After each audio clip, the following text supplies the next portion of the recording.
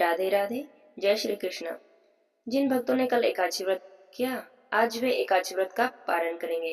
तो एकादशी व्रत के पारण में आज हम सुनेंगे तुलसी माता की कथा।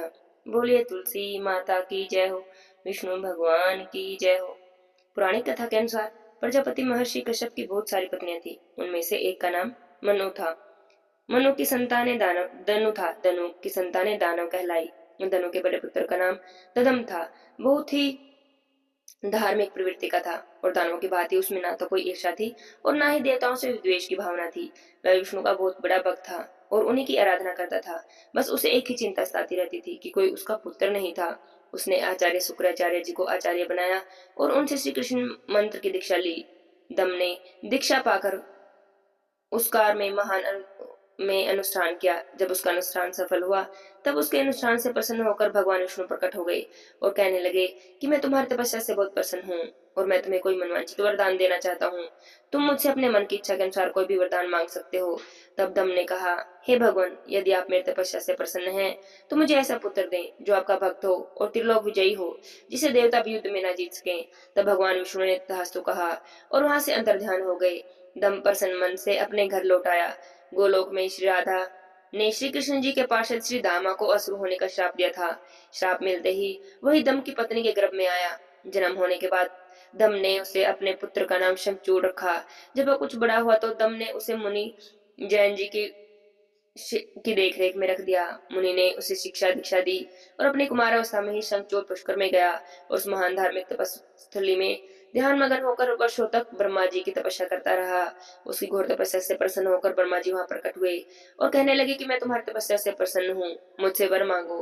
तब उसने कहा, हे पितामह, मुझे ऐसा वरदान दीजिए कि मुझे देवता भी पराजित न कर सके।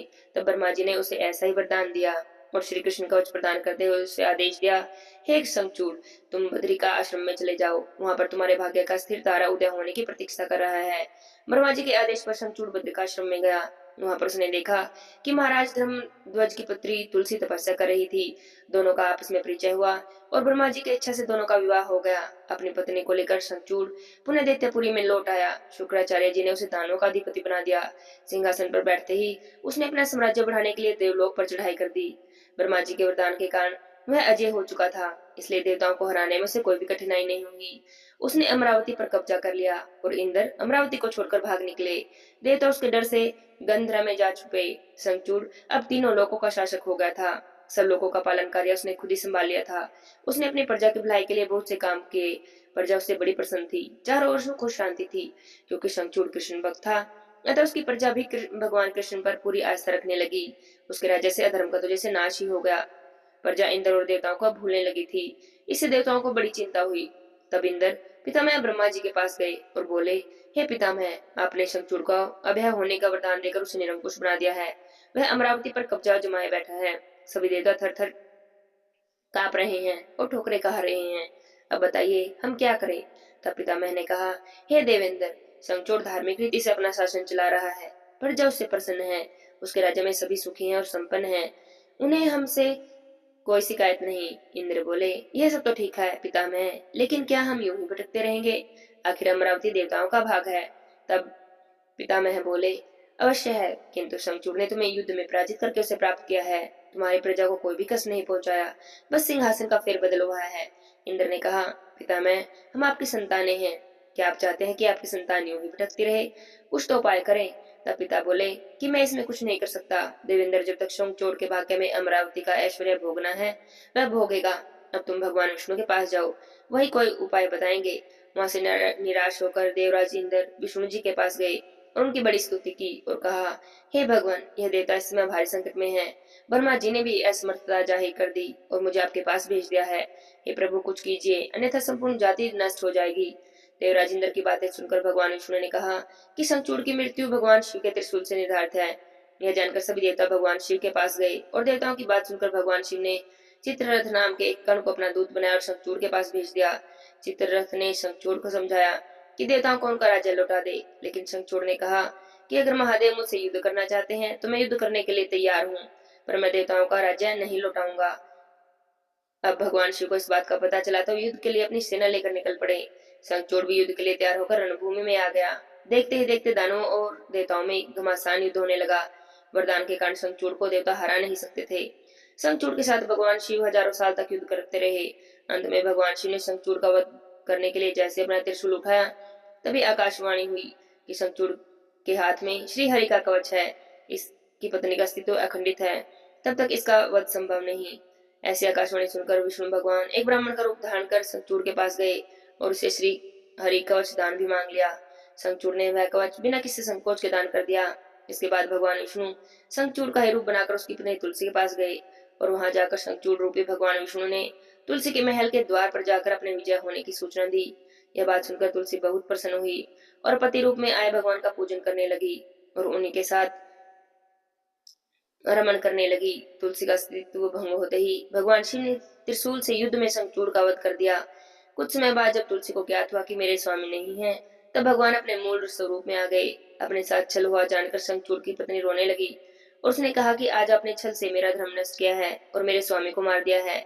आप अवश्य ही पाषाण हिते हैं, अतः आप मेरे श्राप से पाषाण यानी पत्थर होकर पृथ्वी पर रहें। तब भगवान विष्णु ने देवी तुलसी के श्राप को स्वीकार किया और कहा, देवी तुम मेरी ही प्राप्ति के लिए इतने सालों तक तपस्या कर रही थी, अब तुम इस शरीर को त्याग करके दिव्य देह धारण करके मेरे साथ आनंद से रहो। तुम्हारा यह शरीर नदी के रूप में बदल कर गंडकी नदी नामक नदी के रूप में प्रसिद्ध होगा। तुम पुष्पों में श्रेष्ठ तुलसी का वृक्ष बन जाओगी और सदा ही मेरे साथ रहोगी। तुम्हारे श्राप को सत्य करने के लिए मैं शालिग्राम बनकर रहूंगा। गंडक नदी के तट पर मेरा वास होगा। नदी में रहने वाले करोड़ों कीड़े अपने तीखे दांतों से काट काट कर उस पाषाण के चक्कर में मेरे चक्कर का चिन्ह बनाएंगे। हे देवी, धर्मालु जन तुलसी के पौधे पर और शालिग्राम शिला का विवाह करेंगे, पुण्य अर्जित करेंगे। एकादशी के दिन भगवान शालिग्राम और तुलसी जी का कोई भी पूजन करेगा, उसकी सभी मनोकामनाएं पूरी होंगी। जो मेरे को तुलसी अर्पित करेगा, उसकी सभी मनोकामनाएं मैं पूरी करूंगा। ऐसा कहकर भगवान विष्णु वहां से अंतर्ध्यान हो गए। एकादशी पारण के दिन तुलसी माता की भगवान विष्णु की इस कथा को जो कोई भी सुनता है, उसे एकादशी व्रत का पूर्ण फल प्राप्त होता है।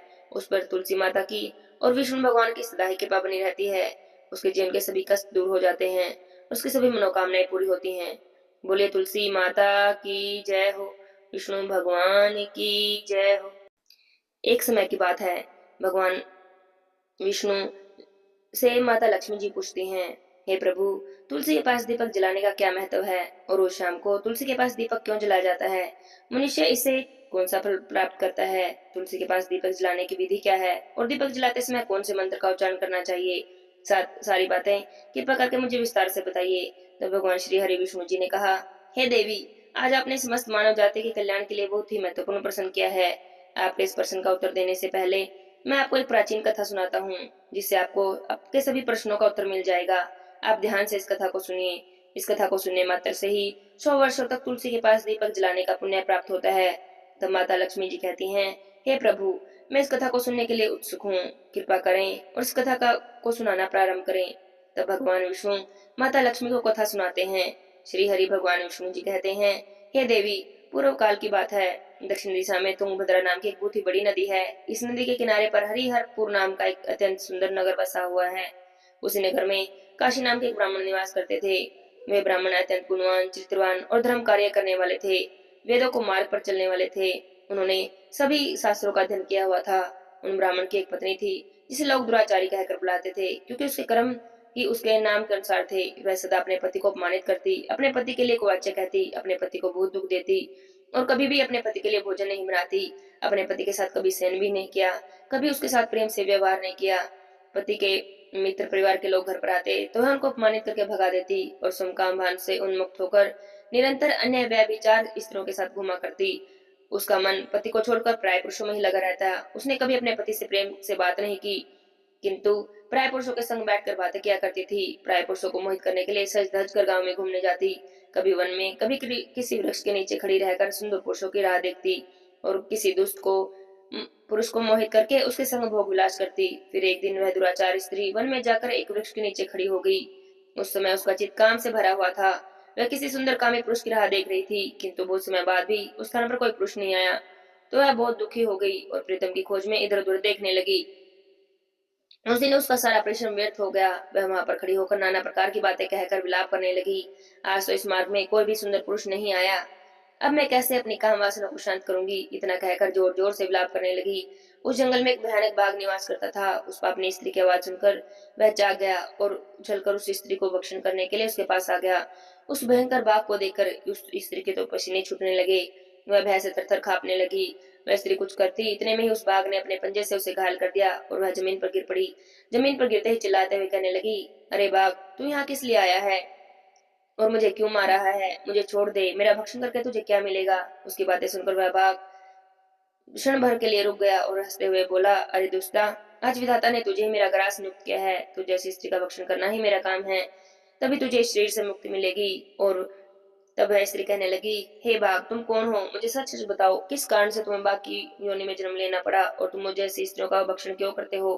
पहले मुझे सारी बात बताओ, फिर मेरा भक्षण करना। तब बाघ कहता है, अरे पापनी, मैं तुझे अपने पूर्व जन्म का सारा वृत्तांत सुनाता हूँ, किस कारण से मुझे बाघ बनना पड़ा। ध्यान से सुन। पूर्व काल में दक्षिण देश में एक नदी थी। उस नदी के तट पर एक नगर बसा हुआ था। उस नगर में मैं निवास करता था। मैं एक ब्राह्मण का पुत्र था और नदी के किनारे बैठकर यज्ञ आदि कार्य करता था। मैंने उस जन्म में अनेक पापियों के लिए यज्ञ किए और पापियों के घर का भोजन किया। मैंने धन के लोभ से अनेक पापियों के लिए कार्य किया।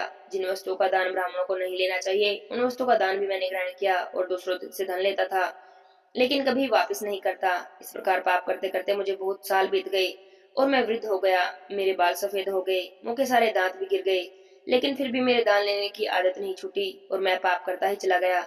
एक दिन धन के लोभ से नदी किनारे गया और अन्य धूर्त ब्राह्मणों के साथ मिलकर हमने लोगों को वहां पर ठगा। झूठे मंत्र वचन बोलकर हमने बिना विधि विधान के ही देवी देवताओं का पूजन किया और बहुत सारा धन दान में ले लिया। फिर उसी स्थान पर एक बीमार कुत्ते ने मेरे पैर में काट लिया और मूर्छित होकर मैं गिर पड़ा। उसी क्षण मेरे प्राण चले गए। फिर यम के दूत उस स्थान पर प्रकट हुए और मुझे पकड़कर यमपुरी में ले गए। वहां पर यमराज ने चित्रगुप्त से मेरे कर्मों का लेखा जोखा निकालने के लिए कहा। फिर चित्रगुप्त कहने लगे, हे धर्मराज, इस ब्राह्मण ने तो घोर पाप किए हैं। इसने दूसरों से झूठ कहकर धन लूटा है, विधि विधान से पूजा न करके झूठे मंत्र बोलकर भगवान का अपमान किया है, इसलिए यह पापी ब्राह्मण केवल नरक जाने के योग्य है। फिर धर्मराज ने अपने दूतों को आदेश देकर मुझे नरक की अग्नि में डाल दिया और कई वर्षों तक सजा भोगने के बाद मुझे बाघ का यह शरीर प्राप्त हुआ और मैं इस दुर्गम वन में निवास करने लगा। मैं अपने पूरे जन्म के पापों को याद करके कभी महात्मा, कभी साधु पुरुष और कभी भी सती स्त्रियों का भक्षण नहीं करता। मैं केवल पापी, दुराचारी और उल्टा स्त्रियों का ही भक्षण करता हूँ, ताकि मुझे अपने पापों से मुक्ति मिल जाए।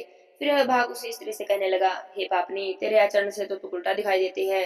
अपने पति को छोड़कर तू इस वन में अन्य पुरुषों के साथ भोग विलास करने आई है, इसलिए आज तू ही मेरे ग्रास अवश्य बनेगी। इतना कहकर उस बाघ ने अपने तीक्ष्ण नाखून से उस पापी स्त्री के टुकड़े टुकड़े कर दिए और उसे खा लिया। फिर उस स्थान पर यम के दूत प्रकट हुए और उस पापनी स्त्री को उठाकर यमपुरी में ले गए। चित्रगुप्त ने उस स्त्री का लेखा जोखा निकाला और यमराज जी को बताया। यमराज ने उस स्त्री को घोर नरक में डाल दिया। कई वर्षों तक नरक की अग्नि में जलने के बाद फिर से पृथ्वीलोक पर एक चंडाल के घर में जन्म लिया और फिर से दुख भोगने लगी। इस दुख को सहन करते करते एक दिन वह तीर्थों में स्नान करने की वजह से अनंतपुरा में चली गई। वहां पर एक आश्रम के बाहर निवास करने लगी। वहां पर उस आश्रम में एक तुलसी का पौधा था। अन्य स्त्रियों को वहां पर उसने तुलसी के पास दीपक जलाते हुए देखा। उस पापी स्त्री ने भी वही किया। उसने तुलसी के पौधे के पास एक दीपक जला दिया। फिर उसी रात हृदयघात से उसकी मृत्यु हो गई और यमराज के दूत उसे ले जाने के लिए वहां पर प्रकट हुए। जैसे ही यम के दूत उस पापी स्त्री को पास में बांध कर ले जाने लगे, तभी भगवान विष्णु के दो पार्षद उस स्थान पर प्रकट हुए और उन्होंने उन दोनों को रोक दिया और कहने लगे, हे दूतो, तुम इस स्त्री को छोड़ दो, यह नरक जाने के योग्य नहीं। तुम किसके आदेश से ऐसा धर्म कर रहे हो? तब यमदूतों ने कहा कि हम यमराज के आदेश से इसे लेने आए हैं, किंतु आप हमें किस बात से रोक रहे हैं? यह स्त्री अत्यंत पापनी है। तब भगवान विष्णु के पार्षद कहने लगे, यह स्त्री तो विष्णु भक्त है, यह नरक के जाने के योग्य नहीं। इसने शाम के समय तुलसी के पास दीपक जलाया है, इसी कारण से इसके सभी पाप नष्ट हो गए। प्रभु यह नरक जाने के नहीं बल्कि स्वर्ग जाने की अधिकारी बन गई है। पार्षदों की बातें सुनकर यमदूतों ने उस स्त्री को उस स्थान पर छोड़ दिया और यमलोक में चले गए। वहां पर जाकर उन्होंने यमराज को सारा वृत्तांत कह सुनाया। फिर भगवान विष्णु के पार्षद उस स्त्री को दिव्य विमान में उठाकर स्वर्ग लोक में गए। भगवान विष्णु कहते हैं, हे देवी, इस प्रकार से तुलसी के पास केवल दीपक जलाने मात्र से ही मनुष्य सभी पापों से मुक्त हो जाता है। जो भी स्त्री नित्य प्रतिदिन तुलसी जी के पास दीपक जलाती है, वह सौभाग्यशालिनी बनती है। उसके पूर्व जन्म के सभी पाप नष्ट हो जाते हैं और उसे सुख समृद्धि की प्राप्ति होती है। भगवान विष्णु कहते हैं, हे देवी, मुझे मोती माणिक रतन कुछ भी अर्पित कर दो, लेकिन मुझे उतनी प्रसन्नता नहीं होती जितनी कि मनुष्य के द्वारा एक तुलसी का पत्ता अर्पण कर देने से प्राप्त होती है। 1 लाख गोदान से मनुष्य को जो फल प्राप्त होता है, वही फल तुलसी के पत्तर के दान से प्राप्त हो जाता है। मृत्यु के समय भी जो मनुष्य अपने मुख में तुलसी पत्तर का जल पा लेता है, वह भगवान विष्णु के धाम में जाता है। भगवान विष्णु कहते हैं, ए देवी, जिस प्रकार देवी लक्ष्मी से वैकुंठ को ऐश्वर्य की प्राप्ति होती है, उसी प्रकार वैकुंठ में तुलसी देवी के कारण पवित्रता होती है। पृथ्वीलोक में जिस स्थान पर भी तुलसी का पौधा होता है उस स्थान पर कभी भी कोई बुराई का वास नहीं होता। ऐसा स्थान सबसे अधिक पवित्र होता है। इसी कारण घरों में तुलसी का पौधा अवश्य लगाना चाहिए। इस प्रकार भगवान विष्णु ने देवी लक्ष्मी को तुलसी देवी के पास दिया जलाने का महत्व बताया। बोलिए तुलसी माता की जय हो, विष्णु भगवान की जय हो, लक्ष्मी माता की जय हो। जय जय श्री राधे श्याम।